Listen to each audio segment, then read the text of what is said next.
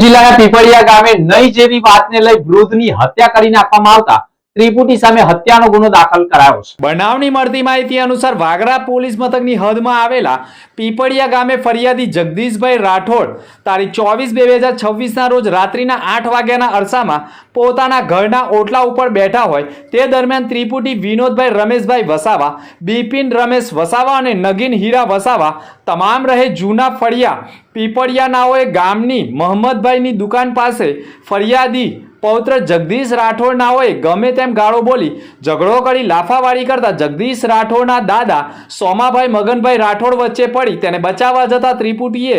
દાદાને છાતીના ભાગે લાકડાના સપાટા મારી મૂઠ માર મારી તથા બિપિનભાઈ વસાવાએ પર કમરથી નીચે પેડુના ભાગે લોખંડની પાઇપો મારી મૂઠ માર મારી ગંભીર ઈજાઓ કરતા ઈજાગ્રસ્ત સોમાભાઈ રાઠોડને સારવાર માટે હોસ્પિટલમાં ખસેડતા 9 દિવસની સારવાર બાદ આખરે સોમાભાઈ રાઠોડે દમ તોડી દેતા ત્રિપુટી સામે હત્યાની કલમનો ઉમેરો કરી હત્યારા વિનોદ વસાવા, બિપિન વસાવા અને નગીન વસાવાની ધરપકડ કરી રિમાન્ડ મેળવવાની તજવીજ આરંભી છે। તારીખ 24/2/2026 ના રોજ વાગરા પોલીસ સ્ટેશનમાં એક મારામારીનો ગુનો નોંધાયેલો હતો,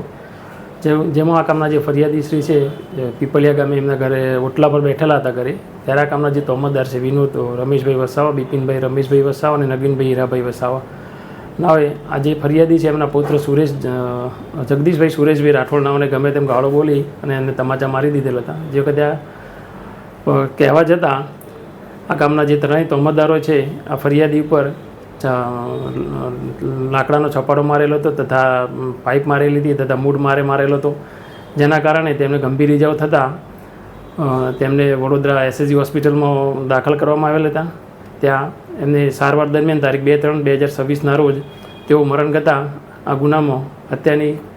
કલમનો ઉમેરો કરવામાં આવેલો હતો અને આ ગુનામાં જે સંડોવાયેલ ત્રણેય તોમતદાર છે વિનોદભાઈ રમેશભાઈ વસાવા, બિપિનભાઈ રમેશભાઈ વસાવા અને નગીનભાઈ હીરાભાઈ વસાવા